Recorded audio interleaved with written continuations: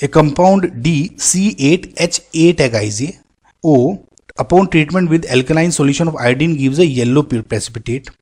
The filtrate on acidification gives a white solid E. ये right the structures of DE and explain formation of E. Now देखिए एक का है जो D है हमारा कंपाउंड C8H8O, ये upon reaction with I2 and KOH iodine with है ना एल्कलाइन सॉल्यूशन ऑफ आयोडीन है, ये येलो PPT दे रहा है. और जब ये जो कंपाउंड बना आपका फिल्ट्रेट, इसको जब मैं रिएक्शन एसिडिफिकेशन करा रहा हूँ इसका सपोज, तो ये एक जो E कंपाउंड दे रहा है वो है C7H6O2 और ये वाइट है, वाइट सॉलिड. नाउ गाइज अगर ये आप ये देखें I2KOH या I2NaOH, ये मेरी हेलोफोम की रिएक्शन होती है राइट. अब क्योंकि I2 है तो ये आयोडोफोम, अगर Cl2 होती तो क्लोरोफोम की रिएक्शन हो जाती. तो इस आयोडोफोम और क्लोरोफोम की रिएक्शन क्या है, ये टेस्ट है बेसिकली. अब टेस्ट है क्या, अब देखिए अगर मेरी जो कंपाउंड है उसमें इस तरह की अटैचमेंट है, इस तरह का या फिर इस तरह का, मतलब देखिए ये अगर टेस्ट पॉजिटिव दे रहा है यानी येलो प्रेसिपिटेट दे रहा है, तो इसका मतलब ये जो D है इसमें या तो मेरा इस टाइप का कंपाउंड होना चाहिए, ये रिंग ये अटैचमेंट जरूर होना चाहिए, यहाँ पे R कुछ भी जोड़ते रहो, ये बस अलग होना चाहिए. सिमिलरली इसमें एक ऐसा अलग होना चाहिए, इस CH के साथ एक OH और एक CH3 जुड़ा होना चाहिए, बाद में इस CH के साथ कुछ भी जुड़ा हो राइट. तो यहाँ पे ये होना चाहिए. समझ में आया गाइस आपको? इसका मतलब ये जो कंपाउंड है C8H8O ये या ये होना चाहिए. सो गाइज अगर मैं इस पहले वाले कंपाउंड को लूँ, देखिए गाइज अब इसमें आइसोमेरिज्म आप बनाते रहेंगे, आपको इसमें थोड़ा स्मार्ट वर्क करना पड़ेगा. अब देखिए क्या है, अगर मैं पहले वाले को मान लूँ इसमें फिलहाल, अब मुझे अगर ये बैलेंस आउट हो गया तो मेरा इस टाइप का कंपाउंड हो जाएगा. ठीक है, फिलहाल मैं पहले वाले को लेके चलता हूँ. अब क्या होगा, C8H8 और O में मैंने C2 है और इसमें H3 है और O 1 है, ये माइनस कर दूं तो क्या होगा C6H5 ये बचा.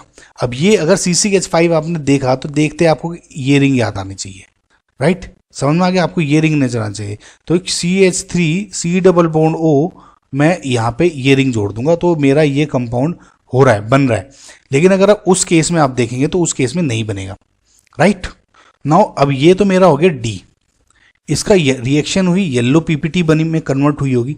अब येलो PPT में कैसे कन्वर्ट होगी, आपको आई गैस आई हेलोफोम की रिएक्शन आती होगी. तो जो रिएक्शन होगी इसी ट्रिक है कि जो ये वाला जो कंपाउंड है ये बॉन्ड ब्रेक कर दे. आप इसकी ट्रिक की वीडियो मैं बनाऊंगा, अभी बता दूंगा आपको.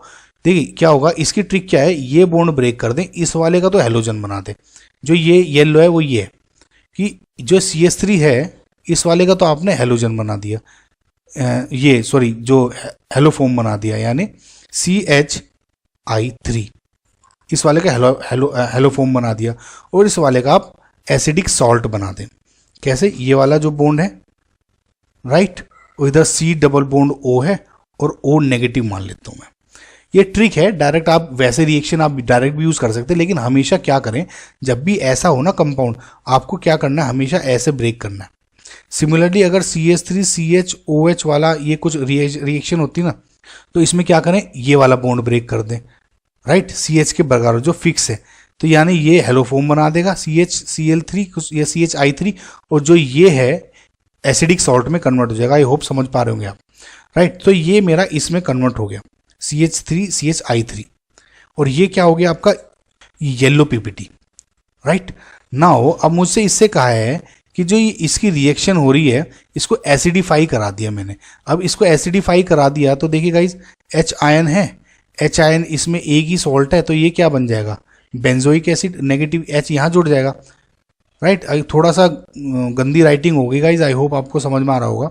ये OH राइट गाइज, समझ में आपको, तो ये इसमें कन्वर्ट हो गया राइट. सो बेंजोइक एसिड और यहाँ पे आपका आयोडोफोम. ठीक है, तो ये आपका E हो गया व्हाइट सॉलिड, ये व्हाइट कलर का है राइट. तो आई होप गाइज आपको ये समझ में आ गया होगा. बेसिकली इसमें जो मैं समझाना चाहता हूँ ये है, एक तो हेलोफोम की रिएक्शन, और दूसरा आपको ये पता होना चाहिए, इसके ट्रिक डायरेक्ट पता होना चाहिए गाइज आपको, मैकेनिज्म कैसे कब तक यूज करेंगे थोड़ा सा राइट. तो ये ब्रेक करो, हेलोफोम बनाओ, इसका एसिड बनाओ, डायरेक्ट करो.